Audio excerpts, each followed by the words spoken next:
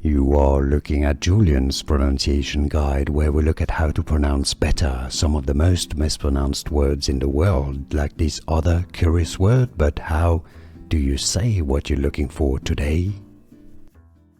Let's learn once and for all how to pronounce this very confusing word. I know it confuses a lot of people. It comes from French étui. This is, in English, it's a small ornamental case. Etui is the French pronunciation, but in English it's pronounced etui, alright? Because you can't really pronounce that e and then tu, etui. It's pronounced etui. Etui. Etui is how to pronounce etui in English pronunciation. Etui. Here are more videos on how to pronounce more confusing words and names too many mispronounced. Like this video if you found it useful. I appreciate your support. I'll see you soon and thanks for watching.